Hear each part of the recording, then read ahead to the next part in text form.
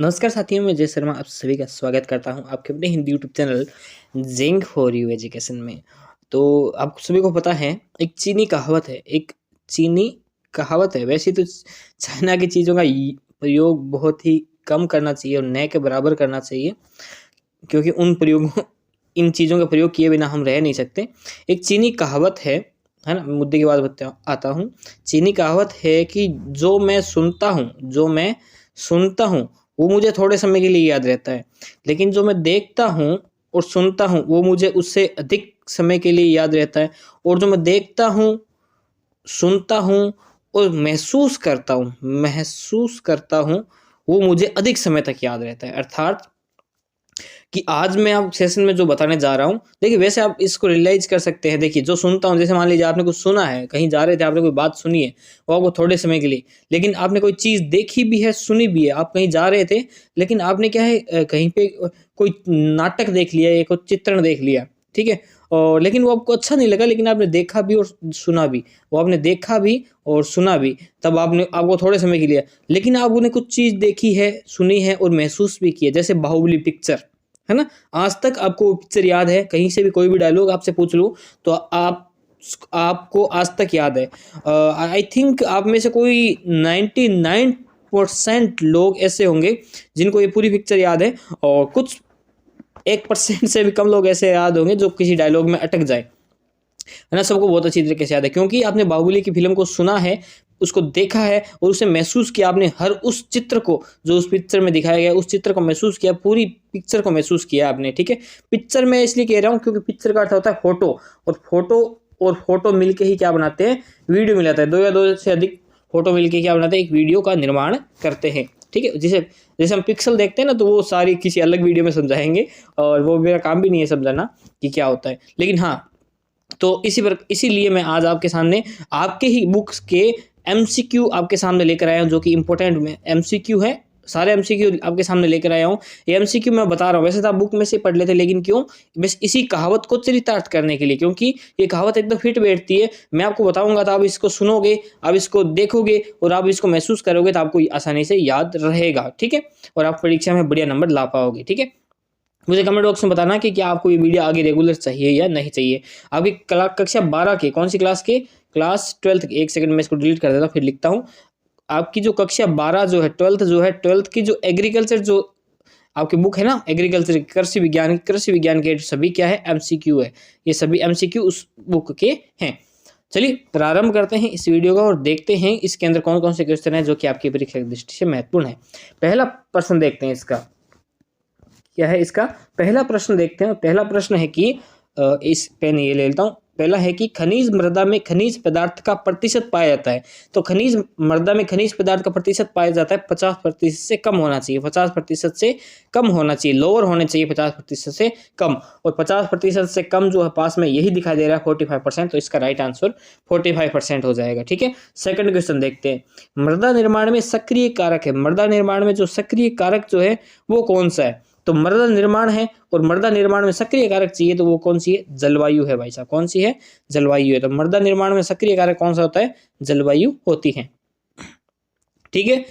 वैसे लाइव होता तो मैं देख पाता आपके कमेंट बॉक्स में देख पाता कि आप क्या कमेंट कर रहे हैं, लेकिन हाँ, अभी आप कमेंट कर दीजिएगा। इसको देखने के बाद कहीं कोई दिक्कत होती है आप मुझे बताइएगा, मैं आपको उस कमेंट का सोल्यूशन जो आपके सामने, उसका सोल्यूशन जो है आपके सामने कर दूंगा, ठीक है, उसी टाइम हो जाएगा। चट्टानों का अपक्षय किस प्रकार होता है। अच्छे मतलब वो टूटना है, बिखरना है, चट्टानों का नष्ट होना किस प्रकार होता है।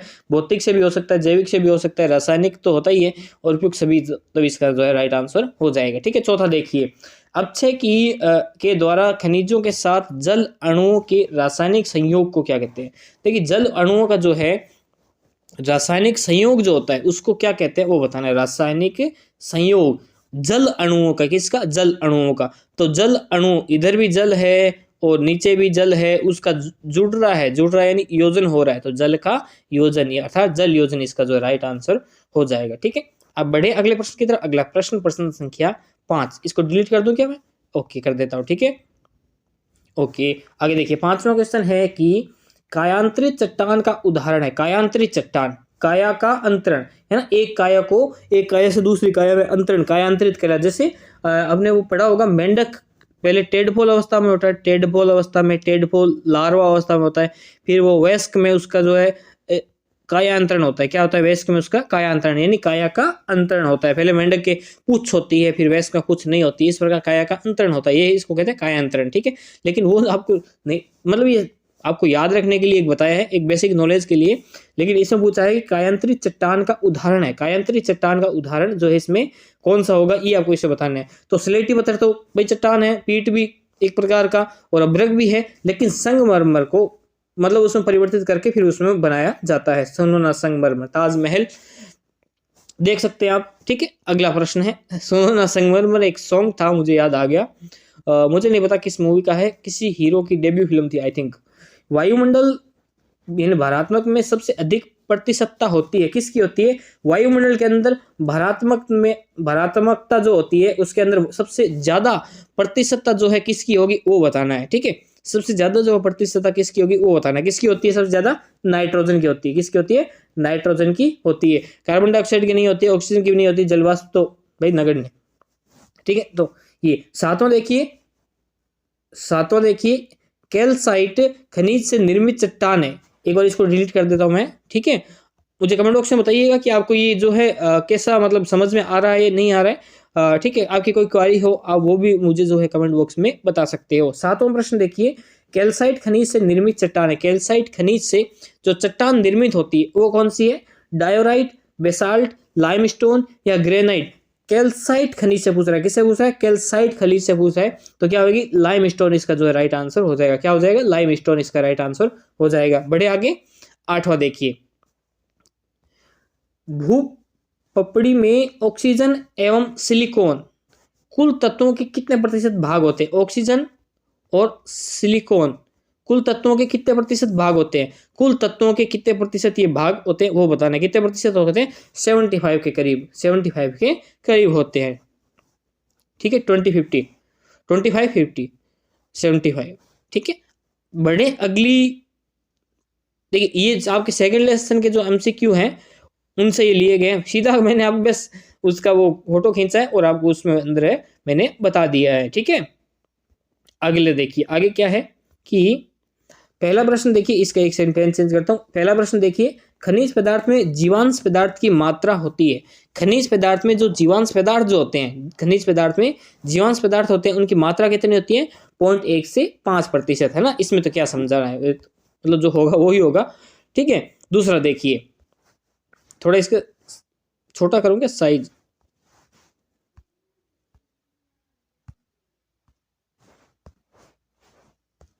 दूसरा देखिए, सूक्ष्म जीवों के शरीर का कार्बन नत्रजन अनुपात है ना, जो क्या होता है ये आपको जो इसके अंदर बताना है। तो क्या कितना होता है? 4 से 9:1।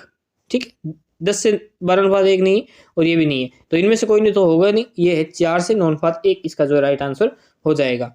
ये साइज मेरे को थोड़ा सा सही नहीं लग रहा है, पहले इसको डिलीट कर देता हूँ, उसके बाद साइज इसका वापस से सही करते हैं अपने, है ना। पहले वाले ही कर लेते हैं ताकि बिल्कुल वापस सही रहेगा। दूसरा देखिए, दूसरा हो गया। तीसरा देखिए,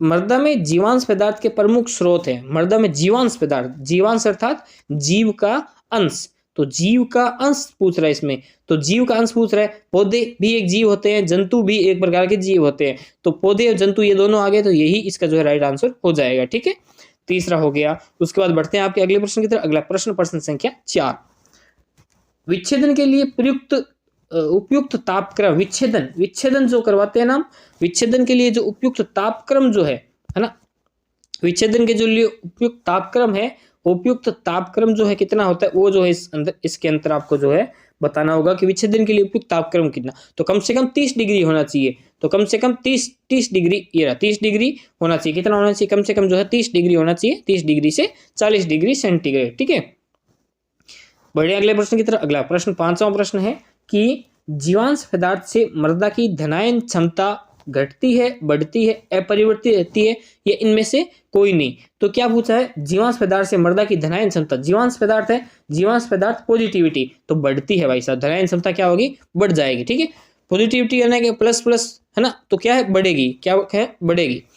छठा प्रश्न, जीवांश पदार्थ से मृदा की उभय प्रत्यारोधन क्षमता भी क्या होगी? उभय प्रत्यारोधन क्षमता भी है बढ़ेगी, है ना। जीवांश पदार्थ मृदा की उभय प्रत्यारोधन क्षमता भी बढ़ती है। अगला प्रश्न देखते हैं, इसको मैं डिलीट कर देता हूँ, अच्छा लगेगा।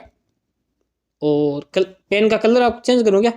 आप कहते हो तो मैं चेंज कर लेता हूँ, रेड करें थोड़ी देर के लिए, देखते हैं रेड में कैसा रहता है, उसके बाद में चेंज ज़्यादा कर लेंगे अगर ये अच्छा नहीं लगा तो।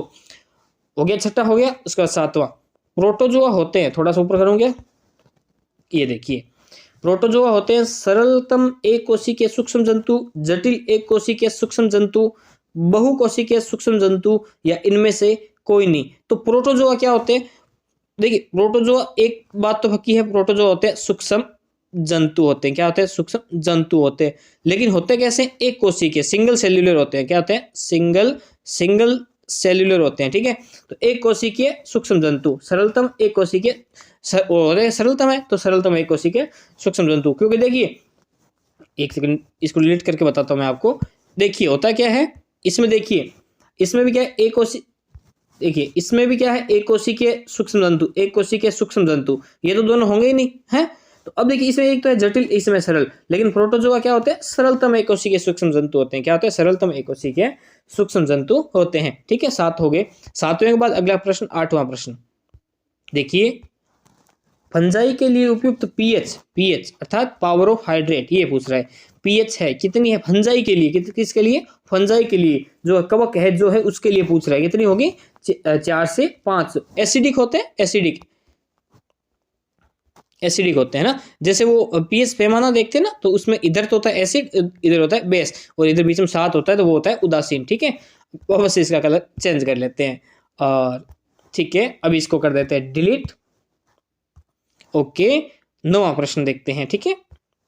कुछ भी बताना हो तो आप मुझे नीचे कमेंट बॉक्स के अंदर बताइएगा।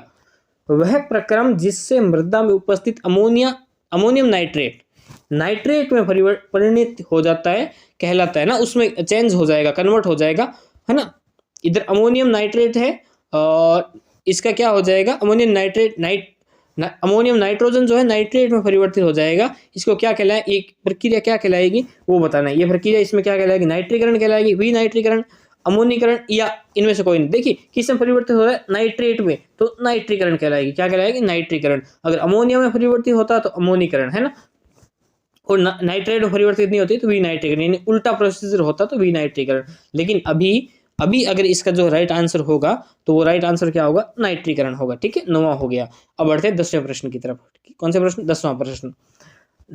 नाइट्रेट अवकरण तथा नाइट्रेट स्वांगीकरण की अनेक प्रक्रमों द्वारा मृदा से नाइट्रेट का लुप्त होना प्राय कहलाता है। क्या कहलाता है? देखिए अब लुप्त हो गया इससे कि ये जो प्रक्रम स्वांगीकरण के प्रक्रम जो है, नाइट्रेट स्वांगीकरण के प्रक्रम, इसमें से क्या हो गए? लुप्त हो गए। क्या हो गए? लुप्त हो गए। तो अब लुप्त हो गए तो क्या कहलाएगा? ये विनाइट्रीकरण कहलाएगा। क्या कहलाएगा? विनाइट्रीकरण, क्योंकि इसमें प्रोसीजर कैसा चल गया? उल्टा चल गया। भाई पहले नाइट्रीकरण था, नाइट्रीकरण हुआ, नाइट्रीकरण से प्रोसीजर उल्टा चल गया, और इसके अंदर जो नाइट्रेट स्वांगीकरण जो हुआ था ना, वो इसके अंदर जो है अब इसमें से गायब होने लग गया। क्या होने लग गया?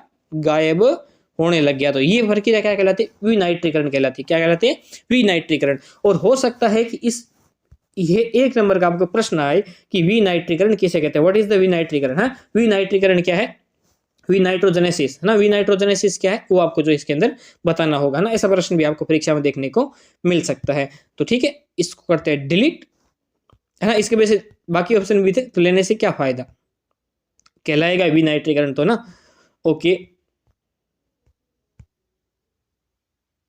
अगला प्रश्न क्या? अगला जैसे मान लिया, अब ये जो मैंने लिया है वो आपके जो थर्ड लेसन है उस थर्ड लेसन में से लिए गए। कौन से लेसन में से? थर्ड लेसन में से आपके लिए गए हैं। देखिए पहला प्रश्न है आपका इसका कि मृदा कोलाइड कणों का आकार होता है, जो मृदा कोलाइड के कण जो होते हैं उनके कणों का आकार जो है 1 से लेकर 100 मिली माइक्रोन तक होता है, 100 mm तक होता है। तो ये बे इसका जो राइट आंसर, बी जो इसका राइट आंसर हो जाएगा। क्या हो जाएगा? बी जो इसका क्या है? राइट आंसर हो जाएगा, ठीक है। नीचे वाला ऑप्शन फिर क्या पढ़े? ठीक है, आगे देखिए, ये अगला क्वेश्चन है, क्योंकि सीधे मैंने इसकी फोटो मतलब ली है ना, वहां से सीधा क्रॉप करके लिया है, तो ये नंबरिंग वही सेम टू सेम नंबर दिखाई दे रहा है आपको इसमें। तो वही सेम टू सेम नंबर दिखाई दे। अगर मैंने वो नहीं लेता ना तो आपको सेम टू सेम नंबर नहीं दिखाई देते, क्योंकि मैंने इसमें ज़्यादा भाई वो मतलब टाइपिंग वाला काम किया नहीं, वो करता तो ज़्यादा टाइम लगता। ठीक है, अभी चलिए इसको करते हैं डिलीट। और नेक्स्ट क्वेश्चन आपका इसका देखते हैं। क्वेश्चन है कि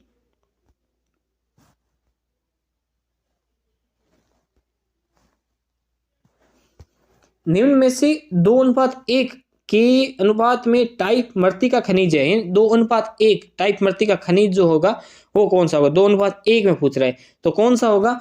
केल्विनाइट, क्लोरेट या मोन्टिलोनाइट या उपयुक्त सभी? देखिए भाई साहब, क्लोरेट तो होता नहीं है तो उपयुक्त सभी होगा नहीं, और इसमें होता क्या है? मोन्टमोरिलोनाइट। क्या होता है? मोन्टमोरिलोनाइट इसके अंदर होगा राइट आंसर 2:1 के अनुपात में। ठीक है, तीसरा अगला प्रश्न देखते हैं। तीसरा प्रश्न देखिए कि क्या पूछ रहा है तीसरे प्रश्न में कि कोलाइड रसायन का जनक जाना जाता है, या कोलाइड रसायन का जो है जनक जो है किससे माना जाता है?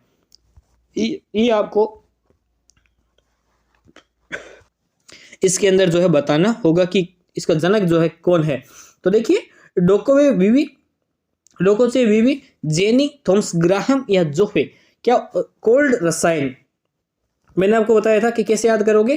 कोल्ड रसायन, अब इसको कोलाइड रसायन, और इसको क्या हो गया?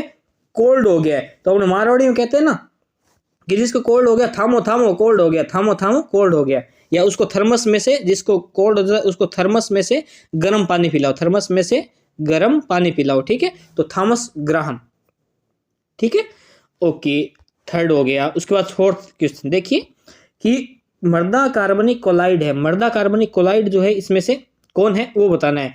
केओलिनाइट या सेपोनाइट, ह्यूमस या इनमें से कोई नहीं, ये पूछा है कि मृदा कोलाइड। अब मृदा पर क्या आ जाती है? ह्यूमस, और जिसके कारण जो है उसके प्रजनन क्षमता जो है मृदा की जो है क्षमता बढ़ती है, जिसके कारण भाई उसको अपने फसल फूसल लगा लेते हैं। मृदा जो उर्वरकता बनी रहती है, उसकी उपज बनी रहती है, या कहते हैं उपजाऊपन इसका बना रहता है, वो इसी कारण होता है। ठीक है, पांचवा क्वेश्चन देखिए। पांचवा क्वेश्चन इसका है कि कार्बनिक कोलाइड की धनायन विनिमय क्षमता। क्या पूछिए? धनायन विनिमय क्षमता इसके अंदर पूछिए। तो और कार्बनिक कोलाइड की धनायन विनिमय क्षमता कितनी होती है? कार्बनिक कोलाइड की धनायन विनिमय क्षमता होती है 150 से 300 सेंटीमोल। कितना? 150 से 300 सेंटीमोल होती है। कितनी होती है? सेंटीमोल होती है, सेंटीमोल। ठीक है, सेंटीमोल प्रति किलोग्राम। 150 से 300 सेंटीमोल प्रति किलोग्राम होती है। ठीक है, अगला क्वेश्चन देखते हैं। अच्छा, फिर ये नेक्स्ट लेसन के एमसीक्यू आपके सामने आ गए। और नेक्स्ट लेसन के एमसीक्यू में पहला है कि निम्न में से सबसे अधिक सीईसी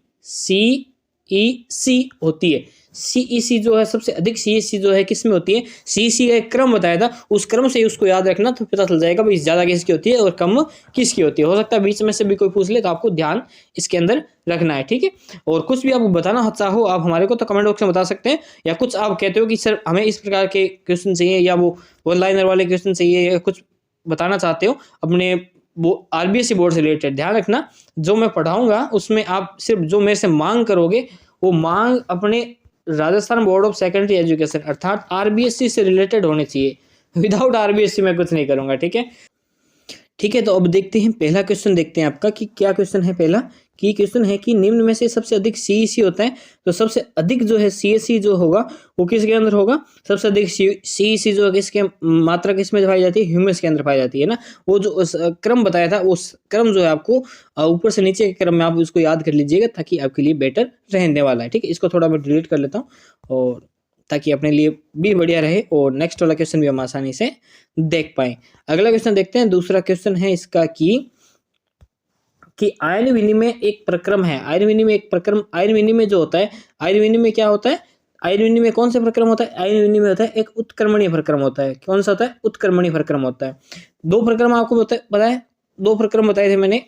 एक देखिए, एक तो होता है एक रिवर्सेबल होता है, एक नॉन रिवर्सेबल होता है। एक तो जो सीधा चलता है एक दिशीय है ना, एक जो होता है दोनों दिशाओं में चलता है, एक जो होता है दोनों दिशाओं में चलता है। तो ये होता है अनुत्क्रमणीय और ये होता है उत्क्रमणीय। तो जो आयन विनिमय जो होता है क्या होता है? आयन विनिमय जो होता है वो क्या होता है? एक प्रकार का उत्क्रमणीय प्रक्रम होता है या उत्क्रमणीय प्रक्रिया होती है। ठीक है, उत्क्रमणीय प्रक्रिया होती है। क्या होती है? उत्क्रमणीय। अब देखते हैं आपका अगला क्वेश्चन। अगला क्वेश्चन आपका है कि अगला क्वेश्चन है, थोड़ा इसको डिलीट कर देता हूं मैं, बीच में आ गया। अगला क्वेश्चन आपका है कि थर्ड क्वेश्चन है कि क्षारीय मृदा में कौन से आयन्स की प्रधानता हो रही है। अब मृदा कौन सी है? क्षारीय मृदा है। एसिडिक है, एसिडिक मृदा है, क्षारीय मृदा है। क्षारीय मृदा में कौन से आयन की प्रधानता होगी? तो कौन से आयन की प्रधानता इसने पूछी है। तो कौन से आयन की प्रधानता? सोडियम, Na पॉजिटिव आयन्स की क्या होगी? प्रधानता इसके अंदर होगी। Ca++ H पॉजिटिव नहीं। ओके, फोर्थ क्वेश्चन देखिए कि डिलीट कर देता हूं मैं इसको, नहीं तो या बीच में कहोगे सर जी एसिडिक कैसे लिखा है। देखिए विलयन में धनायनों का सांद्रण अधिक होने पर विनिमय होगा। क्या होगा? कम होगा, अधिक होगा, बराबर होगा, ये उपयुक्त में से कोई नहीं। ये तो होगा ही नहीं वैसे, है ना।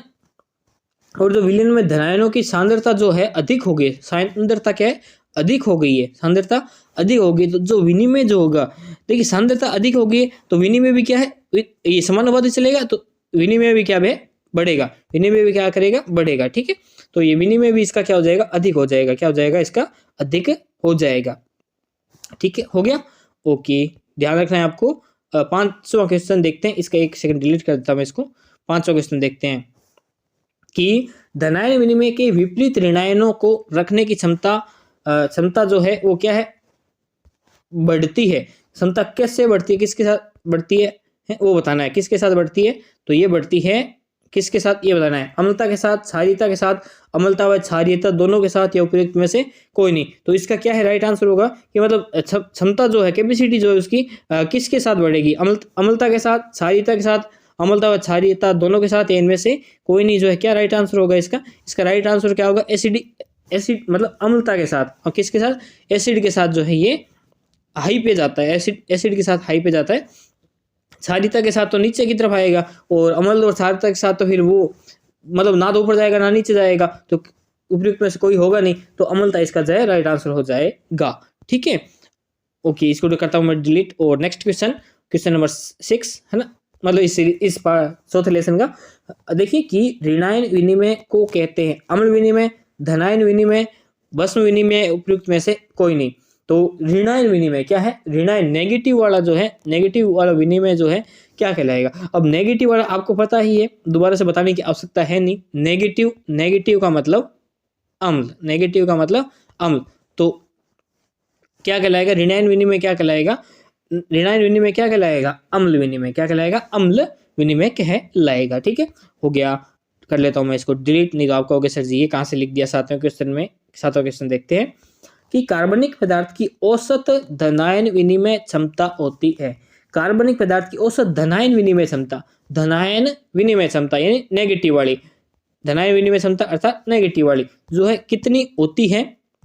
ये इतनी इसको बतानी है अपने इस क्वेश्चन के आंसर के अंदर बतानी है। तो कितनी? कार्बनिक पदार्थों की औसत धनायन विनिमय क्षमता, तो धनायन विनिमय क्षमता, औसत धनायन विनिमय क्षमता उसकी जो अधिकतर अधिक होती है। और यहाँ पे देखिए कि 200 सेंटीमोल प्रति किलोग्राम तक होती है, किलोग्राम प्रति किलोग्राम तक होती है। और बुक में भी आपके ये 200 सेंटीमोल प्रति किलोग्राम है, तो इसके अनुसार ये राइट आंसर आपका हो जाएगा। ठीक है, उपयुक्त में से कोई होगा नहीं। 30 होता नहीं है, 80 होता नहीं है, 200 बुक में दे रखा है। वैसे तो जो आपको ऑप्शन में सबसे अधिक मिले वही उसका जो है राइट आंसर होगा, लेकिन यहाँ पर 200 सेंटीमोल प्रति किलोग्राम लिख रखी है, तो यही इसका जो है राइट आंसर होगा।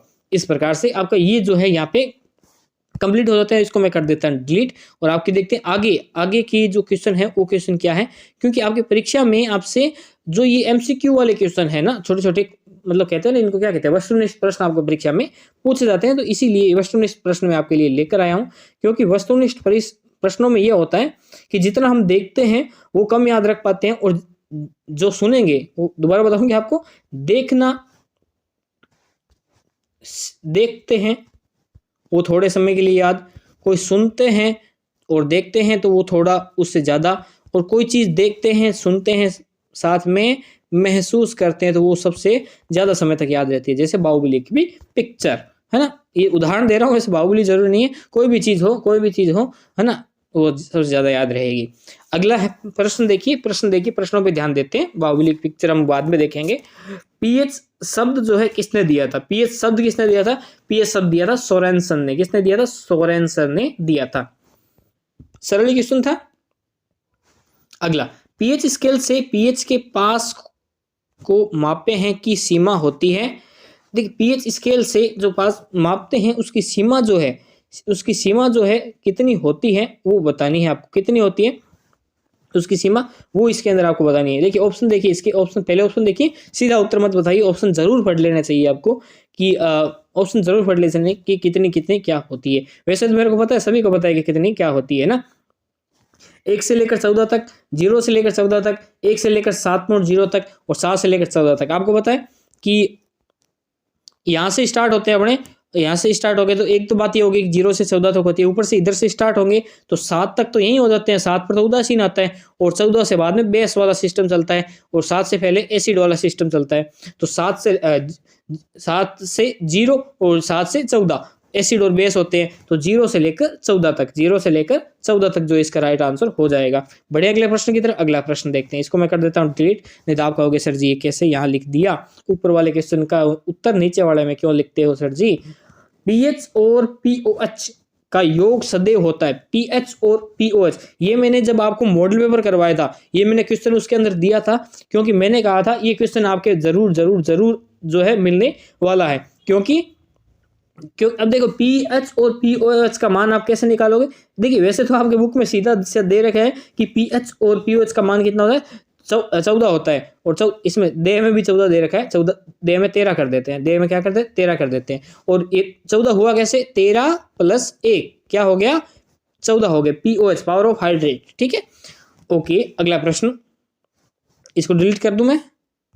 अगला प्रश्न, प्रश्न संख्या 4 देखिए, मृदा का चौथा प्रश्न, मृदा का उभय प्रतिरोधन किसके परिवर्तन में प्रतिरोध प्रदर्शित करता है। प्रतिरोध परिवर्तन जो है किसके प्रतिरोध में परिवर्तन में प्रतिरोध प्रदर्शित करता है, तो किसके करेगा, किसके प्रतिरोधन किसके परिवर्तन में प्रतिरोध प्रदर्शित करेगा, किसके प्रतिरोधन में करेगा, पीएच के, किसके पावर ऑफ हाइड्रेट के, यानी अम्लता और क्षारीयता का कितना उसके अंदर गुण पाया जाता है मृदा में, वो उसके आधार पे वो डिसाइड होगा सारा सिस्टम। ठीक है, हाँ, मृदा के में जो जितना पाया जाएगा उसके आधार पे डिसाइड होता है, उसी को तो पावर ऑफ हाइड्रेट या पीएच कहते हैं। और पीएच स्केल से ज्ञात करते हैं। ठीक है, डिलीट कर देता हूँ, नहीं तो आप कहोगे सर जी क्या है सिस्टम ये। देखिए कि उभय प्रतिरोधन क्षमता दर्शाती है, जो उभय प्रतिरोधन क्षमता जो होती है वो क्या दर्शाती है, अम्लता, क्षारीयता, एवे दोनों मतलब अम्लता और क्षारीयता। ठीक है, और उपयुक्त में से कोई नहीं। तो उभय प्रतिरोधन, उभय का मतलब क्या होता है आप समझते, उभय का मतलब दोनों, उभय का मतलब दोनों। जैसे आप एक शब्द सुना है उभय लिंगी, क्या सुना है, उभय लिंगी। उभय लिंगी का मतलब जो जिसमें नर भी होता है और मादा भी होती है, वो होता है उभय लिंगी, है ना, बायोलॉजी में आप पढ़ते हो।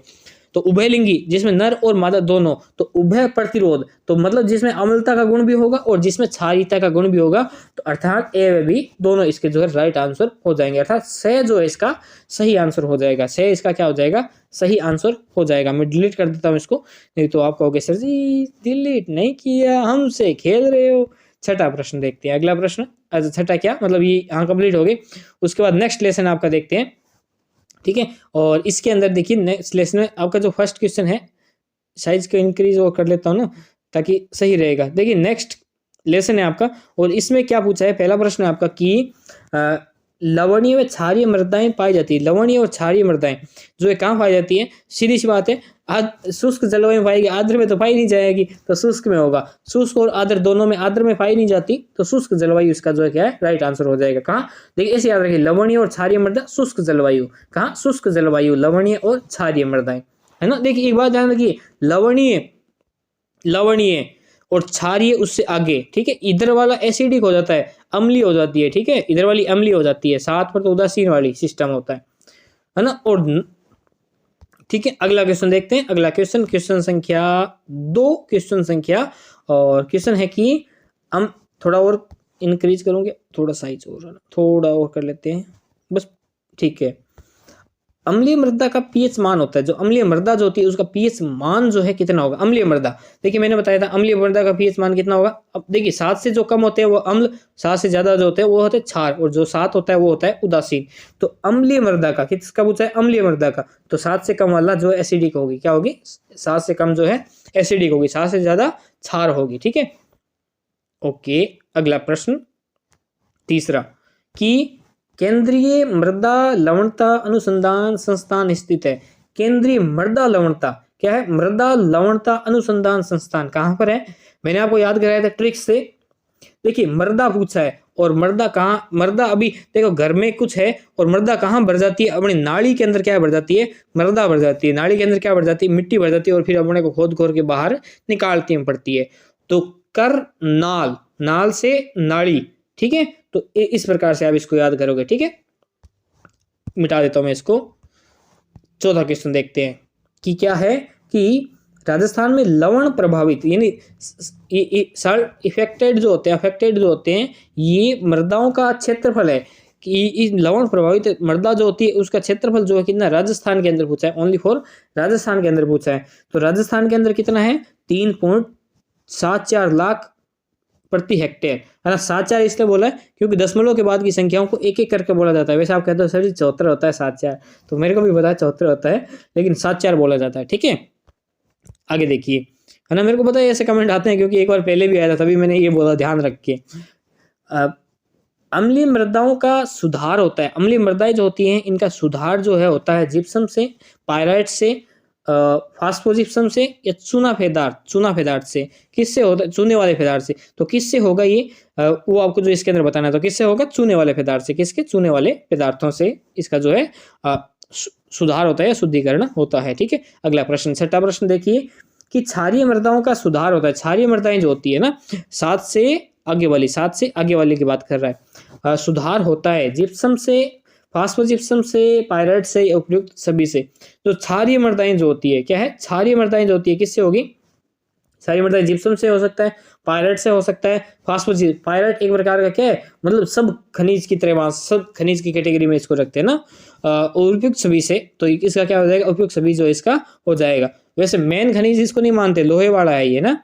ओके, जिप्सम में कैल्शियम पाया जाता है। जिप्सम में जो कैल्शियम की मात्रा जो होती है, थोड़ा सा इसको नीचे कर लेता हूं मैं और पहले डिलीट कर देता हूं इसको और फिर इसको थोड़ा सा नीचे कर लेता हूं ताकि अपने काम आए। देखिए सही दिखे ना, इसलिए जिप्सम में कैल्शियम पाया जाता है। कैल्शियम की मात्रा जो होती है जिप्सम के अंदर वो कितनी होती है? यहाँ पे पूछा है। तो जिप्सम के अंदर कैल्शियम की मात्रा 23.2%। कितनी? 23.2%। 1/4 से भी कम, ऐसे याद रखो, 1/4 से भी कम, 1/4 से भी कम। तो 1/4 कितना? 100 का 1/4 25, 25 से भी कम, 25 से भी कम अर्थात 23.2%, ठीक है। 23.2% जिप्सम, है ना। जिप्सम कैसे याद रखोगे? देखिए ये 100 है, क्या है? ये 100 है, तो जिप और इसका क्या है? सम, सम, सम, है ना। सम, जिप सम, सम अर्थात ऐसे याद करो 25, 25 से भी कम, 25 से भी कम, 23.2%, ठीक है। आगे बढ़ते हैं, अगला प्रश्न देखते हैं इसका। और 8वां प्रश्न देखिए कि राजस्थान में पायराइट पाया जाता है। पायराइट जो है खनिज तत्व जो है ये कहाँ पाया जाता है? कि राजस्थान के किस क्षेत्र में ये पाया जाता है? वो आपको जो है इसके अंदर बताना होगा कि किस क्षेत्र में ये जो है पायराइट जो है पाया जाता है। पायराइट जो है किस क्षेत्र में पाया जाता है? पायराइट पाया जाता है अपने शेखावाटी वाले क्षेत्रों में। कहाँ? शेखावाटी वाले क्षेत्रों में। और शेखावाटी, चूरू, झुंझुनू, सीकर। चूरू, झुंझुनू, सीकर किधर है? ये रहा, सीकर ये रहा, है ना। तो चूरू, झुंझुनू, सीकर ये इधर शेखावाटी वाले इलाकों में पाया जाता है। अगला प्रश्न, 9वां प्रश्न है कि बुझे हुए चूने का रासायनिक सूत्र। बुझे हुए चूने का रासायनिक सूत्र, बुझे हुए चूने का CaOH2, CaOH2, ठीक है। अगला प्रश्न, 10वां प्रश्न देखिए। 10वां प्रश्न, इसको डिलीट करना है मेरे को, पहले कर देता हूँ डिलीट। अब देखिए 10वां, हुआ ही नहीं, बड़ा होशियार बंदा है।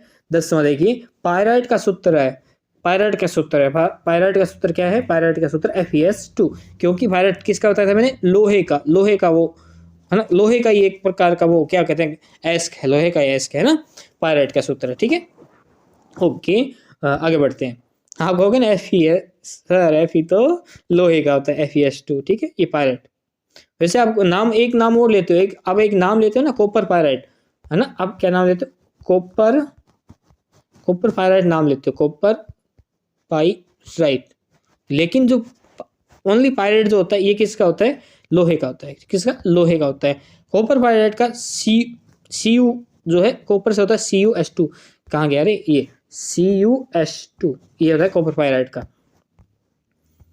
ओके, पायराइट हो गया। आगे देखते हैं, अब पहला क्वेश्चन यानी आपका जो नेक्स्ट लेसन है उसका एमसीक्यू हमारे सामने है और उनके एमसीक्यू जो है हम यहाँ पे देख लेते हैं कि एमसीक्यू उनके जो है क्या है। कि पहला प्रश्न आपके सामने है कि पौधे के लिए आवश्यक प्राथमिक पोषक तत्व है। इसको डिलीट कर दूं क्या मैं? ओके, डिलीट कर देता हूं मैं अभी। और ये हो गया डिलीट, थोड़ा सा हो रह गया। अरे हमसे गुस्ताखी। पहले देखिए, पौधों के लिए आवश्यक प्राथमिक पोषक तत्व है। प्राथमिक पोषक तत्व क्या है? प्राथमिक पोषक नाइट्रोजन से चाहिए था ना, फास्फोरस है, पोटेशियम है, या उपयुक्त सभी। प्राथमिक पोषक तत्व पूछा है तो उपयुक्त सभी हो जाएगा। ओके, पोषक तत्व याद जरूर कर लेना। पोषक तत्व से रिलेटेड परीक्षा में 1 नंबर का प्रश्न जरूर पूछा जाएगा। वैसे तो पूरे 3 नंबर के प्रश्न आएंगे अलग अलग भागों में डिवाइड होके, लेकिन 1-1 नंबर के पूछे जाएंगे, ठीक है, तो ध्यान रखना। दूसरा प्रश्न, पौधों में के आवश्यक पोषक तत्वों की कसौटी देने वाला वैज्ञानिक। आवश्यक पोषक तत्वों वाला सिस्टम जो है किसने बताया था? सिस्टमेटिक ढंग से ये सिस्टम जो है किसने बताया था? ये बताया था ऑर्नोन ने। किसने? ऑर्नोन ने बताया था, ठीक है। अगला प्रश्न देखते हैं। अगला प्रश्न तीसरा प्रश्न है, थोड़ा सा इसको डिलीट कर देता हूं मैं। और तीसरा प्रश्न जो है ये है कि क्या है, इसको ऊपर करूं थोड़ा, और है प्रश्न की अधिकांश पौधे नत्रजन का उपयोग करते हैं किस? अभी अधिकांश पौधे जो नत्रजन का उपयोग करेंगे वो किसके अंदर करेंगे? NO3, है ना। ओके, ये तो मतलब उसके पहले भी आपको जब लेसन आप करवाया था पिछली बार, है ना, अभी से लगभग 3-4 महीने पहले जब लेसन और करवाए थे उस समय करवाया था। देखिए याद भी करवाया था। 14 प्रश्न देखिए कि धान में खेरा रोग में कहते खान में धेरा रोग, खान में, अरे यार, धान में खेरा रोग क्या है? धान में खेरा रोग किस पोषक तत्व की कमी से होता है? पोषक तत्व जरूर याद कर लेना। मैंने आपको कहा था प्राथमिक पोषक तत्व, द्वितीय पोषक तत्व और बहुमात्रिक और सूक्ष्म मात्रिक पोषक तत्व। जरूर प्रश्न पूछा जाएगा। धान में खेरा रोग किस पोषक तत्व की कमी से होता है? तो धान में जो खेरा रोग जो होगा, धान में खेरा रोग जो होता है ये होता है जिंक की कमी से। किसकी? जिंक की कमी से। तो जिंक इसका जो राइट आंसर हो जाएगा। क्या राइट आंसर हो जाएगा? जिंक जो इसका राइट आंसर हो जाएगा। अगले प्रश्न की तरफ बढ़े। अगला प्रश्न देखिए, 5वां प्रश्न है कि अधिकांश पोषक तत्व किस मृदा पीएच पर उपलब्ध होते हैं? अधिकांश पोषक तत्व जो है ना, किस मृदा पीएच पर जो उपलब्ध होते हैं, यानी सीधा सा ये ऐसे पूछ सकता है किस प्रकार की मिट्टी में ज्यादा जो है पोषक तत्व पाए जाते हैं, है ना। तो जिसकी पीएच अम्लीय होगी, जिसकी पीएच क्षारीय होगी, जिसकी पीएच उदासीन होगी अर्थात 7 होगी, और जिसकी पीएच उपयुक्त में से कोई नहीं है उस पर होंगे। तो अधिकांश पोषक तत्व जो होते हैं, अधिकांश पोषक तत्व होते हैं वो कहाँ होंगे? जो ना तो एसिडिक हो और ना ही बेसिक हो, यानी ना ही अम्लीय हो ना ही क्षारीय हो, तो उदासीन। तो उदासीन इसका जो है राइट आंसर हो जाएगा। इस प्रकार से आपको इस लेसन के ये एमसीक्यू हो गए। अब नेक्स्ट लेसन पे चलते हैं। नेक्स्ट लेसन देखिए एमसीक्यू, है ना। एमसीक्यू आज इस वीडियो में हम सारे एमसीक्यू कर लेंगे। जो मैं देखता हूं वो मैं तो भूल जाता हूं। वो अक्षय कुमार का भी डायलॉग है ना, जो मैं देखता हूं वो मैं सोचता हूं। पता नहीं ऐसा ही कुछ था, मैंने याद नहीं है, लेकिन हाँ आप लोगों को याद हो तो मुझे जरूर बताना कमेंट बॉक्स के अंदर क्या था वो। जो मैं करता हूँ, जो मैं सोचता हूँ, जो मैं डेफिनेटली करता हूँ, ऐसा कुछ था, मुझे नहीं याद, है ना। लेकिन अपना है जो मैं देखता हूँ वो 1 दिन के लिए याद रखता हूँ। जो मैं देखता हूँ प्लस सुनता हूँ वो मैं 2 या 2 से अधिक दिन के लिए याद रखता हूँ। लेकिन वो जो देखता हूँ, वो सुनता हूँ और महसूस करता हूँ, वो मेरे को बहुत ज्यादा समय तक याद रहता है। साथ में मैं और जोड़ना चाहूंगा, रिपीट करता हूँ। क्या करता हूँ? रिपीट करता हूँ, तो ज्यादा समय तक याद रहता है। बाहुबली एक बार देख ली, फिर आपने हॉल के बाहर आके उसको रिपीट किया तो ज्यादा समय तक आपको याद रही, ठीक है। इसको करता हूँ डिलीट। प्रश्न देखिए, एमाइड युक्त कार्बनिक उर्वरक है। एमाइड युक्त क्या पूछा? एमाइड युक्त जो है कार्बनिक उर्वरक जो है कौन सा होगा? Urea, ammonium sulphate, calcium ammonium nitrate और di ammonium phosphate. Di ammonium phosphate. तो इसका जो है राइट आंसर क्या होगा कि क्या होता है? एमाइड युक्त कार्बनिक। तो एमाइड युक्त क्या होती है? अब नाइट्रोजन 46% और नाइट्रोजन 46% किस में आती है? यूरिया में। किसमें? यूरिया के अंदर। तो यूरिया इसका जो है राइट आंसर हो जाएगा, ठीक है। एमाइड युक्त कार्बन ये यौगिक होते हैं, यूरिया होती है, ठीक है। दूसरा प्रश्न देखिए, थोड़ा सा इसका मैं इधर करता हूं ना। ओके, दूसरा देखिए, अमोनियम सल्फेट उर्वरक मृदा पर प्रभाव डालता है। अमोनियम सल्फेट जो होती है, अब देखिए अमोनियम सल्फेट जो आपको होता है मृदा पर प्रभाव कैसे डालेंगे? पहली बात तो जितने भी होते हैं ना मृदा को क्या करते हैं? नुकसान पहुंचाते हैं। और ज्यादातर ये जो कीटनाशक जो हो गए या मान लीजिए जो रसायन जो होते हैं, ये सारे क्या है? सारे कौन से प्रभाव डालेंगे? सारे कौन से प्रभाव डालेंगे? अम्लीय प्रभाव डालते हैं, ठीक है, अम्लीय प्रभाव डालते हैं। डीएपी डायमोनियम फॉस्फेट, है ना, कि उर्वरक का रासायनिक सूत्र है। उर्वरक का क्या है, डायमोनियम फॉस्फेट जो होती है ना, उसका रासायनिक सूत्र क्या है वो आपको जो इसके अंदर बताना है। तो डायमोनियम फॉस्फेट जो है, डीएपी जो है उसका, डीएपी उर्वरक होती है ना जो फसलों में छिड़काव करते हैं, उसका जो है रासायनिक उर्वरक जो है, रासायनिक उर्वरक क्या है, इस उर्वरक का जो है रासायनिक सूत्र जो है वो क्या होगा वो आपको बताना है। तो क्या होता है, NH4 की होल ट्वाइस HPO4, ठीक है। ओके, याद जरूर करना क्योंकि ये डीएपी वाला पूछा जाता है, डीएपी वाला पूछा जाता है। अगला प्रश्न देखते हैं, चौथा प्रश्न क्या है कि चौथा प्रश्न आपका कि जल विलय फास्फोरस है, जल विलय फास्फोरस इसमें कौन सा है, H2PO4 -1 ऊपर कुछ लगा हुआ नहीं है तो मान लेना 1 लगा हुआ था -1, ठीक है, जल विलय फास्फोरस है ना। ये बाकी जल विलय नहीं है, तो इसका राइट आंसर कौन सा होगा, दे जो इसका राइट आंसर हो जाएगा, क्या दे जो इसका क्या हो जाएगा, राइट आंसर हो जाएगा H2PO4 नेगेटिव, है ना, या 1 लगा दो, एक ही बात है। ऊपर कुछ लगा है, सिर्फ नेगेटिव है तो भी 1 है, नहीं है तो भी 1 है, इसका मतलब, ठीक है। 5वां क्वेश्चन, सोडियम नाइट्रेट उर्वरक का मृदा पर प्रभाव पड़ता है। सोडियम नाइट्रेट उर्वरक जो है, सोडियम नाइट्रेट कैसा, बेसिक क्षारीय प्रभाव डालेगी, कैसे डालेगी, क्षारीय प्रभाव इस पे मृदा पे डालती है, ठीक है। ये 5 क्वेश्चन हो गए। उसके बाद नेक्स्ट लेसन के एमसीक्यू देखते हैं अपने, नेक्स्ट लेसन के एमसीक्यू या नेक्स्ट एमसीक्यू जो कि आपकी परीक्षा के लिए है ना। नेक्स्ट एमसीक्यू देखते हैं, तो इस नेक्स्ट एमसीक्यू में पहला प्रश्न है कि किसी विषय के, क्या है, किसी विषय के, एक सेकंड पेन चेंज करूं, किसी विषय के क्रमबद्ध एवं सुव्यवस्थित ज्ञान को क्या कहते हैं, गणित कहते हैं क्या है, या विज्ञान कहते हैं, सभी को पता है, साथियों एक साथ आप पढ़ते आ रहे हो। दूसरा प्रश्न देखिए, दूसरा प्रश्न कि जिप्सम का उपयोग भूमि सुधार में किया जाता है। देखिए जिप्सम का उपयोग करेंगे हम कौन सी भूमि में डालेंगे, जिप्सम जो है कौन सी भूमि, हम कहते हैं ना लवणीय भूमि में जिप्सम डालना चाहिए है, या क्षारीय भूमि में जिप्सम डालना चाहिए, अम्लीय भूमि में डालना चाहिए, या कोई नहीं। तो अब क्या करोगे इसमें, जिप्सम का अधिकांश, देखिए वैसे लवणीय भूमि में भी होता है लेकिन अधिकांश उपयोग जो होता है वो क्षारीय भूमि में होता है। कहाँ होता है, क्षारीय भूमि में होगा, लवणीय में होता है कुछ मात्रा तक, लेकिन देखना अब इन दोनों में से ये तो कट गया, ये भी नहीं होगा, ये भी नहीं होगा, लवणीय हो सकता है और क्षारीय हो सकता है, लेकिन देखना दोनों में से मजबूत उत्तर कौन सा है, तो क्षारीय इसका जो है मजबूत उत्तर है, इसलिए क्षारीय यहाँ पे राइट आंसर हो जाएगा। उसके बाद बढ़ते हैं आपके अगले प्रश्न की तरफ। अगला प्रश्न देखिए, फास्फोरस युक्त उर्वरकों में फसलें फास्फोरस का उपयोग कर पाती है। जो फास्फोरस युक्त उर्वरक जो होती है ना हम डालते हैं फसलों में, तो उसमें फसलें जो कितने परसेंट फास्फोरस का उपयोग करती है, ऐसे तो नहीं कि 100 का 100% का कर लेगी, हाँ, या 50%, आधा भी नहीं कर पाती है, आधा भी नहीं कर पाती है, तो कितने % का वो उपयोग जो है कर पाती है वो इसके अंदर आपको बतानी है, लगभग, है ना। 70 to 80% मैंने बताया था, और 70 to 80% ये भी नहीं होगा, ये भी नहीं होगा, तो ये 30% वाला हो जाएगा, ठीक है, ये भी नहीं होगा। 40% तो 60 तक आ गया ना, ओके, 40% तक, ये 30% है, तो 71% रह गया और 30% हो गया। अगला प्रश्न देखिए, चौथा प्रश्न, कृषि रसायनों से जल प्रदूषित होता है, वर्षा जल के साथ बहकर आने से, अपाक्षलन से, औद्योगिक संस्थानों के बहिस्राव से, या उपयुक्त सभी से। कृषि रसायनों से जल प्रदूषित होता है, अब भैया प्रदूषण हो रहा है, तो अब सारे कारण हमारे को उचित लग रहे हैं, तो ये दे इसका राइट आंसर कर देंगे, ठीक है। ये तो सरल ही था और परीक्षा में ऐसे प्रश्न पूछे भी नहीं जाते। सर्वाधिक, अगला देखिए कि सर्वाधिक जहरीले कृषि रसायनों में डिब्बों पर चेतावनी अंकित होती है, लाल रंग से, नीले रंग से, पीले रंग से, हरे रंग से। जो जहरीले जो होते हैं उनके जो कलर आपको होता है ना कि शाकाहारी का ये कलर है, मांसाहारी का ये कलर है, जहरीले का ये कलर है, वो कलर आपको याद कर लेना कि भाई लाल रंग लगा है तो कौन सा है, पीला रंग लगा है तो कौन सा, नीला रंग कौन सा है, मतलब नीला रंग लगा तो किसका सिंबल है, पीला रंग लगा तो किसका सिंबल है, हरा लगा तो किसका सिंबल है, लाल लगा तो किसका सिंबल है। वो सिंबल जरूर याद कर लेना, क्योंकि आपको ये प्रश्न मिल रहा है ना, तो इसका मतलब ये है कि 1 नंबर का प्रश्न आपको पूछा जाएगा, और ये वो इस प्रकार का प्रश्न भी पूछ सकता है, हो सकता है अबे से दे ना दे, तब आप क्या करोगे, तो इस प्रकार से अच्छी तरीके से याद कर लीजिएगा, है ना। 5वां क्वेश्चन, सर्वाधिक जहरीले कृषि रसायनों पर कौन सा रंग का होगा, जहरीला है तो रेड कलर, क्या होगा, लाल कलर होगा, लाल कलर खतरे की घंटी, ठीक है। छठा देखिए, संतुलित वातावरण में ऑक्सीजन की मात्रा होती है, वातावरण कैसा है, संतुलित है, तो संतुलित वातावरण में 21%, कितना, 21% जो है इसका राइट आंसर हो जाएगा। हाँ, 78 मत करिए आना, ठीक है, ध्यान रखना।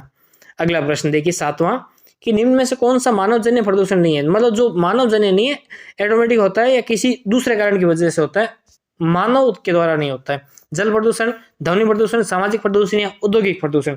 अब देखिए इसके अंदर आप देखिए कि जल प्रदूषण है, ध्वनि प्रदूषण है, सामाजिक प्रदूषण है, औद्योगिक प्रदूषण। उद्योग मनुष्य, ध्वनि प्रदूषण मनुष्य करवाएगा, सामाजिक प्रदूषण समाज में रहते हुए मनुष्य करेगा, लेकिन जल प्रदूषण मनुष्य का एकाधिकार नहीं है। मतलब जल प्रदूषण तो भाई साहब बहुत सारे कारणों से होता है, तो मनुष्य का एकाधिकार नहीं है भाई साहब। ध्वनि प्रदूषण में, ध्वनि प्रदूषण होता है मनुष्य के कारण होता है, और औद्योगिक प्रदूषण मनुष्य के कारण, उद्योग चलाएगा कौन? मनुष्य, और उनके कारण ही सामाजिक प्रदूषण हो जाएगा। तो ये सारा इसमें आ जाएगा, लेकिन जल प्रदूषण मानव का एकाधिकार नहीं है। Okay, next question. हंसने की बात नहीं है, मैं हंस रहा हूँ, गलत बात है। जल प्रदूषण से जल में परिवर्तित होता है, जल प्रदूषण होगा मतलब जल में कोई प्रदूषण मिल रहा है तो जल प्रदूषण हो रहा है, लेकिन क्या जल में ऐसा क्या चेंजेस हुआ जिसके कारण जो है जल प्रदूषण हो गया? क्या उसमें जल के भौतिक गुणों में परिवर्तन हुआ, क्या जल के रासायनिक गुणों में, क्या जल के जैविक गुणों में, या इनमें से कोई, या इनमें से सभी? तो क्या हो जाएगा? भौतिक गुणों में परिवर्तन होगा, है ना, उस कलर चेंज हो जाएगा, वो अलग हो जाएगा, उसके मतलब भारी हो जाएगा, हल्का हो जाएगा, तो ये भौतिक गुण। रासायनिक गुणों में हो जाएगा, है ना, जैसे भारी जल को क्या कहते हैं? D2O कहते हैं, तो ये रासायनिक गुणों में हो गया, जैविक गुणों में हो गया, तो इनमें से सभी इसके जो है राइट आंसर हो गए। अगला प्रश्न देखते हैं, डिलीट कर दो इसको। ओके, अगला प्रश्न देखिए कि 9वां, वायु प्रदूषण का कारण है। वायु प्रदूषण जो है क्यों होता है? वाहनों से उत्सर्जित गैस के कारण, औद्योगिक कारखानों से उत्सर्जित गैस के कारण, पटाखों से उत्सर्जित गैस, या इनमें से सभी? तो भैया वायु प्रदूषण के हमें कारण तो सारे लग रहे हैं, तो ये सारे लग रहे हैं, तो सारे ही सही हो जाएंगे। अगला प्रश्न देखिए इसका कि वायु प्रदूषण के दुष्प्रभाव, कैंसर, टॉन्सिल रोग, एलर्जी, या इनमें से सभी? तो भैया वायु प्रदूषण होगा तो कैंसर भी हो सकता है, टॉन्सिल रोग भी हो सकता है, एलर्जी भी, तो इनमें से सभी। एलर्जी तो भाई साहब थोड़े से वायु प्रदूषण से हो सकती है ना, धूल की मिट्टी के कण उड़ रहे हैं तो भी आपको एलर्जी हो जाती है, छींकें आने लग जाती है, आंखों में पानी आ जाने लग जाता है, एलर्जी के लक्षण मतलब प्रकट होने लग जाते हैं। ठीक है, उसके बाद में अब बढ़ते हैं आपके नेक्स्ट लेसन के कुछ इसमें एमसीक्यू है, उन एमसीक्यू को हम देखते हैं कि पहला है कि निम्न में शर्कराएं हैं, निम्न में शर्कराएं कौन कौन सी वो बताना है। ग्लूकोज शर्करा है, फ्रैक्टोज शर्करा है, ग्लैक्टोज शर्करा होती है, तो उपयुक्त सभी। सुक्रोज के जल अपघटन से प्राप्त होते हैं, ग्लूकोज प्लस ग्लूकोज, सुक्रोज का जल अपघटन हो रहा है तो नहीं होता भाई साहब। ग्लूकोज प्लस ग्लैक्टोज भी नहीं होता है, ग्लूकोज प्लस फ्रैक्टोज होता है, इनमें से कोई नहीं, तो ये भी गलत हो गया, तो ग्लूकोज प्लस फ्रैक्टोज इसका राइट आंसर हो जाएगा। बढ़े आगे, तीसरा क्वेश्चन, निम्न में से कौन सी पॉलीसैकेराइड नहीं है? पॉलीसैकेराइड शर्करा जो होती है वो पॉलीसैकेराइड शर्करा इसमें से कौन सी नहीं है वो बतानी है। स्टार्च होती है, ग्लाइकोजन होती है, सेल्यूलोज होती है, माल्टोज नहीं होती है भाई साहब। माल्टोज इसका राइट आंसर हो गया ना, अभी मैं गलत लगा देता, मतलब नहीं होती है तो गलती हो गया ना, तो अभी ये इसका ये सही आंसर है, वैसे ये नहीं होती है। ठीक है, आगे बढ़ते हैं अगले क्वेश्चन की तरफ। क्वेश्चन नंबर 4, लार में पाया जाने वाला एंजाइम है। लार में कौन सा एंजाइम पाया जाता है वो बताना है। तो लार में कौन सा? टाइलिन। लार को बोलो थैंक यू, व्हाट्सएप बोलते हैं TY थैंक यू, तो लार को बोलो थैंक यू। लार हमारा भोजन पचाने में मदद करती है, तो लार को बोलो थैंक यू, तो TY टाइलिन पाई जाती है। ठीक है, ओके, पांचों ये डिलीट कर देता हूं मैं इसको। और देखिए पांचों क्वेश्चन देखिए अब कि किस विटामिन की कमी से रेतौंधी रोग होता है। तो रेतौंधी रोग आपको पता है, रेतौंधी रोग किस में होता है? रेतौंधी रोग आंखों से संबंधित, आंखें हमारे बॉडी में सबसे ऊपर होती है, सबसे ऊपर हमारे आंखें, और ABCD में सबसे ऊपर A, तो A के कारण, विटामिन A के कारण, A की कमी के कारण। ठीक है, हो गया। अगला प्रश्न देखते हैं, डिलीट करूं मैं इसको, है ना, आपको सर जी A थोड़ी है इसका राइट आंसर। ओके, निम्न में से पातिक परीक्षण है, पातिक परीक्षण जो है इसमें कौन सा है वो बताना है। सोडियम बेंजोएट, नयादाना सॉर्बेट्स, पैराबेंस, या चीनी? जो पातिक परीक्षण जो है इसके अंदर से कौन सा है वो बताना है। कौन सा है? सॉर्बेट्स। सॉर्बेट्स इसका जो है राइट आंसर हो जाएगा। ये मेरे को लग रहा, मेरे को इनो पीना पड़ेगा। चने के बीजों में कौन से जैव उर्वरक से उपचारित करते? चने के बीजों को कौन से, मतलब अब देखिए जैव उर्वरक से उपचारित करना है चने के बीजों को, तो किससे करेंगे? राइजोबियम से, एजोला से, एजोटोबैक्टर से, ये एजोस्पिरिलम से।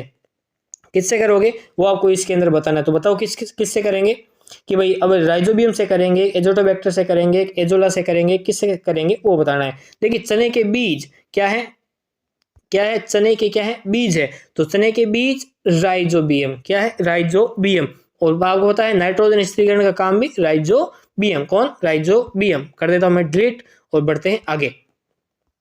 ओके, दूसरा क्वेश्चन देखिए, दूसरा क्वेश्चन है आपका कि एजोला का उपयोग कौन सी फसल में करते हैं? जो एजोला का उपयोग जो है जो एजोला का उपयोग करते हैं तो कौन सी फसल में करते हैं? चावल वाली फसलों में करते हैं, धान वाली फसलों में करते हैं। धान क्या है? धान। तो देखते हैं धान वाली फसलों के अंदर करते हैं। क्या इसके अंदर? धान वाली फसलों के अंदर करते हैं। तो दे इसका राइट आंसर हो जाएगा एजोलो। एक एजोलोबैक्टर भी होता है ना, ध्यान रखिएगा। तीसरा प्रश्न देखते हैं। तीसरा प्रश्न क्या है कि जैविक खाद भूमि की कौन सी अवस्था पर प्रभाव डालता है? जैविक खाद, अब जैविक खाद डाल दी अपने भूमि में, छिड़क दी, तो कौन सी अवस्था पे उसने प्रभाव डाला है बताना है। तो जैविक खाद डाल दी तो जैविक पे तो डालेगी डालेगी, भौतिक पर्यावरण को भी डालेगी और रासायनिकता को कम करके भूमि को अच्छी बनाएगी। तो उपयुक्त सभी इसका जो राइट आंसर हो जाएगा। ठीक है, बढ़ते हैं अगले प्रश्न की तरफ। अगला प्रश्न, फॉस्फेट विले बैक्टीरिया, फॉस्फेट विले बैक्टीरिया है। फॉस्फेट विले बैक्टीरिया जो इसमें से कौन से वो इसके अंदर बताने होंगे आपको। राइजोबियम, एजोटोबैक्टर, स्यूडोमोनास, इनमें से कोई नहीं। तो ये देखिए फॉस्फेट विले बैक्टीरिया पूछ रहा है। क्या पूछ रहा है? फॉस्फेट विले बैक्टीरिया। तो राइजोबियम नहीं, स्यूडोमोनास भी नहीं, एजोटोबैक्टर भी नहीं। तो फॉस्फेट विले बैक्टीरिया इनमें से कोई नहीं। दे इसका जो राइट आंसर हो जाएगा। मेरे कानों में झंझनाहट होना शुरू हो गया, पता नहीं क्यों, है ना। या तो मैं इसे बोल रहा हूँ बिना रुके, तब ये कंपन होने लग गया, वाइब्रेशन होने लग गया हुआ मेरे कानों में। मुझे तो ऐसा ही लग रहा है ना। और कोई दूसरा कारण है तो आप मुझे बताइएगा कि भाई दूसरा कारण क्या है, कि ये क्यों हो रहा है, वो बताइएगा। ठीक है, हम अब अंतिम लेसन की तरफ है, वीडियो अंतिम होने वाला ही है। क्वेश्चन है कि खीस का अपेक्षित घनत्व जो है, खीस का अपेक्षित घनत्व कितना होता है? 1.040 से 1.080 तक। गाय के दूध में दुग्धम पाया जाता है। दुग्धम जो है ना, उसके जो दूध का जो फैट और बनाए रखता है उसका जो है वो पूछ रहा है कितना होता है। तो वो कितना होगा? वो होता है 4.90 यानी 90%। अब मेरे को मत कहना सर आपने 90 बोल दिया, 90 बोलना था, है ना, हो जाती है। दूध का सफेद रंग किस कारण होता है? देखिए दूध का जो है सफेद रंग जो होता है किस कारण होता है वो बता रहे हैं। किसके कारण होता है? केसीन के कारण होता है। किसके कारण? केसीन के कारण होता है ना।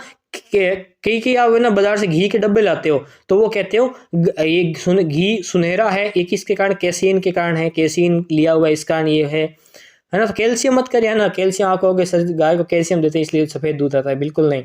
दूध को दूषित करने वाली अप्रत्यक्ष अशुद्धि है। दूध को दूषित करने वाली, किसको? दूध को दूषित तो कौन करेगा भाई साहब? धूल कण, मच्छी मक्खर, मक्खी मच्छर, बाल नहीं, जीवाणु। भाई साहब कौन? जीवाणु दूषित करने वाले, है ना। आप कहोगे सर धूलकण भी तो कर देते हैं, लेकिन नहीं, धूलकण अब छान के या किसी प्रकार से पृथक्करण कर लेंगे, लेकिन जीवाणु का द्वारा हो गया तो भाई कैसे पृथक्करण करेंगे ना। ओके, कम ताप अधिक समय विधि में दूध को ताप व समय तक धारण करते हैं। तो भाई वो ताप कौन सा है? कम ताप। देखिए अधिक समय विधि में दूध को ताप व समय तक धारण करते, कम ताप, वो कौन सा टेम्परेचर है और क्या टाइम है वो आपको जो इसके अंदर बताना होगा। क्या है? तो क्या है? 72 डिग्री सेंटीग्रेड नहीं, 63 डिग्री सेंटीग्रेड होता है। तो ये राइट आंसर है और 30 मिनट सही है। 72 डिग्री होता नहीं है, इसको मैं थोड़ा बड़ा करता हूँ। आप कहोगे सर जी भेदभाव क्यों करते हो? तो 72 डिग्री ये इसका नहीं, ठीक है। तो इसका क्या हो जाएगा? इसका क्या हो जाएगा? 63 डिग्री। इसको छोटा करूंगा वापस, आप कहोगे सर जी 63 डिग्री, जो इसका राइट आंसर हो जाएगा। ठीक है, आगे देखते हैं क्वेश्चन नंबर 6। और 6 नंबर क्वेश्चन है कि इसको करता हूं पहले डिलीट। सर जी कहोगे चिन्ह पहले लगा रखे हैं, सर जी हमसे गुस्ताखी करते हो। आगे देखिए, ताजे दूध में अम्लता प्रतिशत होती है। ताजे दूध में जो अम्लता प्रतिशत जो होती है वो कितनी होती है वो आपको बतानी है। अम्लता प्रतिशत जो होती है ताजे दूध में जो होती है वो बतानी है कितनी? 0.11 से 0.16% तक ताजे दूध के अंदर। अगला प्रश्न देखिए, 7वां प्रश्न, लैक्टोमीटर पर 60 डिग्री फ़ारेनहाइट तापक्रम अंकित है और दूध का तापक्रम 68 डिग्री फ़ारेनहाइट है। तो लैक्टोमीटर पाठ्यांक, है ना, लैक्टोमीटर रीडिंग में तापमान संशोधन होगा। Lactometer reading +1.2, lactometer reading -1.2, lactometer reading +0.8 या लैक्टोमीटर रीडिंग -0.8। तो पहले तो मैं आपको बताना चाहता हूँ 60 डिग्री और 68 डिग्री, ठीक है। तो यहाँ पे आपको क्या दिखाई दे रहा है? क्या दिखाई दे रहा है? प्लस वाला सिस्टम दिखाई दे रहा है कि नहीं दे रहा है? तो ठीक है, तो इसका मतलब ये माइनस में तो आएगा नहीं। तो ये बे और दे तो दोनों ही गलत हो गए। क्या हो गए? बे और दे दोनों ही क्या हो गए? गलत हो गए। और जो पाठ्यांक जो है, इसका पाठ्यांक जो आया है, पाठ्यांक जो आएगा अब क्या आएगा? 0.8। क्या आएगा? 0.8 आएगा। क्या आएगा? 0.8। 60 to 68, तो 0.8 इसका जो राइट आंसर हो जाएगा। ठीक है, तो 7वें का क्या हो जाएगा, से, इसका जो राइट आंसर हो जाएगा। डिलीट कर दो इसको। ओके, 8वां क्वेश्चन देखिए। 8वां क्वेश्चन है आपका कि क्रीम सेपरेटर से क्रीम निकालने के लिए दूध का तापक्रम कितना होना चाहिए या कितना होता है। क्रीम सेपरेटर से क्रीम निकाल रहे हो दूध से ना, तो कितना होगा भाई उसका तापमान? उसका तापमान होगा 30 डिग्री सेंटीग्रेड से 37 डिग्री सेंटीग्रेड तक। ओके है ना, कोई सेल्सियस भी बोलते थे पहले। ओके, अब 9वां क्वेश्चन है ना कि भैंस के घी की अपेक्षा गाय का घी अधिक पीला होता है, इसका कारण है। देखिए प्रश्न आया है, क्या लिया होता है डब्बे पे, क्या लिखा होता है, क्या लिया होता है? कैरोटीन। एक तो कहाँ कैरोटीन लिए। देखिए हम कहते हैं ना कि एक बार क्या हुआ था, मुझे पता है कि, पता नहीं मुझे आपके ध्यान में है कि नहीं है, कि हुआ था एक बार कुछ वायरल चला था वीडियो यूट्यूब पे एक, उसमें क्या है कि घी का रंग पीला क्यों होता है, उस कारण से मतलब चला था वीडियो। लगभग 12-13 मिनट का वीडियो था। उसमें बहस हो रही थी दुकानदार के साथ कि ये तो घी पीला है, नकली घी है, जबकि ऐसा नहीं होता है। जो घी जो होता है, पीलापन जो होता है, वैसे तो गाय के घी के में पीलापन अधिक दिया जाएगा, पीलापन अधिक होता है, लेकिन भैंस के घी में नहीं होता है। किस कारण होता है? कैरोटीन के कारण होता है। किस कारण? कैरोटीन के कारण होता है। ठीक है, इसको डिलीट करता हूं। और वहां, और ठीक है, हाँ, और रेतोंदी रोग होता है ना वो, हाँ, एक के कारण होता है।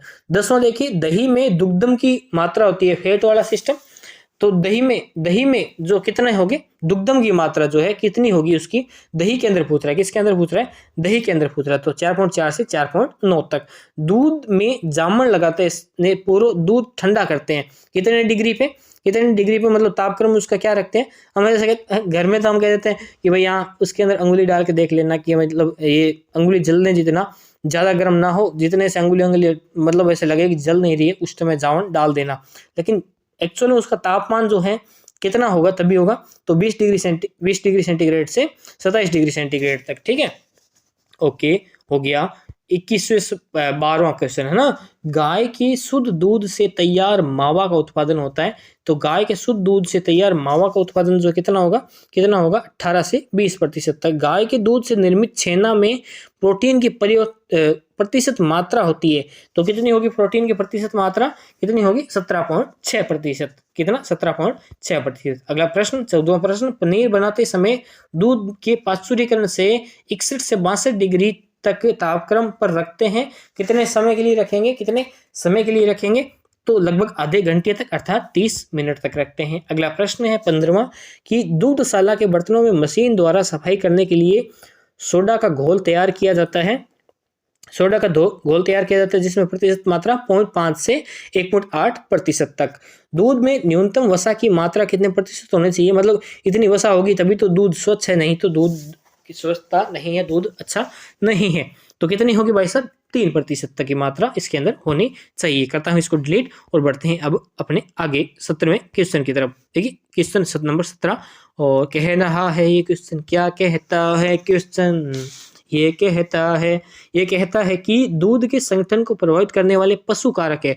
जो दूध की संगठन, देखिए प्रजाति, नस्ल, आहार, इन सभी का इस पे फर्क पड़ता है। कहते भाई राठी गाय ले आओ तो ये तो भाई साहब इतनी दूध देगी, थार पार कर ले आओ, गिरी ले आओ, गिर गाय ले आओ, सहवाल ले आओ, ये नस्ल ले आओ, वो नस्ल ले आओ, तो इन सारों का इस पे क्या है फर्क पड़ता है। ठीक है, तो ये तो भाई बताने का जरूरी है नहीं, क्योंकि राजस्थान में सभी जानते हैं इस बात को। तो ओके, राजस्थान से बाहर का मुझे पता नहीं है। ठीक है, 18वां प्रश्न देखते हैं। 18वां प्रश्न है ना, इसमें क्या है कि किस माह में दूध की वसा की मात्रा सर्वाधिक होती है ना? किस माह में दूध की वसा की मात्रा सर्वाधिक होती है? मार्च, मई, जुलाई, नवंबर। क्या है? मार्च, मई, जुलाई, नवंबर। अच्छा, दूध के संगठन को प्रभावित करने वाले पशु कारक है। अच्छा, पशु कारक इसके अंदर पूछा है, मतलब कोई एक, मतलब पशु है, एक ही पशु है, वो क्या करेगा? नस्ल और प्रजाति तो अलग अलग पशुओं के लिए होगी, लेकिन एक ही पशु है तो उसके लिए भाई सब आहार जो है उसका करेगा। लेकिन यहाँ पे दूध के संगठन को प्रभावित करने वाले पशु कारक है तो बता नहीं रखा भाई एक ही फसल होगा, दो फसल होगा। अगर एक ही पशु है तो आहार हो जाएगा। ठीक है, और अगर पशु यहाँ पे संख्या नहीं दे रखी तो सभी इसका राइट आंसर होगा। ठीक है, हाँ सही, सभी होगा राइट आंसर। अभी जैसे ये क्वेश्चन है ना, तो इस क्वेश्चन में एक सेकंड दोबारा से मैं लगा देता हूं ताकि आपके ना कंफ्यूजन ना रहे। तो इसमें अभी आप क्या करोगे? सभी राइट आंसर करोगे, लेकिन एक ही पशु के लिए पूछे, के लिए एक ही पशु के लिए पर्सन में दिया हो एक ही पशु, तब आहार इसका राइट आंसर होगा। ठीक है, अभी सभी इसका राइट आंसर होगा। ठीक है, अगला प्रश्न देखिए कि किस माह में दूध की वसा की मात्रा सर्वाधिक होगी? किस माह में, मतलब सीधी सी बात है, ये पूछना चाह रहा है गर्मियों में, सर्दियों में, बरसात के मौसम में वर्षा की मात्रा भाई कब होगी ना, वो बताना आपको इसके अंदर। तो कब है? नवंबर, यानी सर्दियों के टाइम में।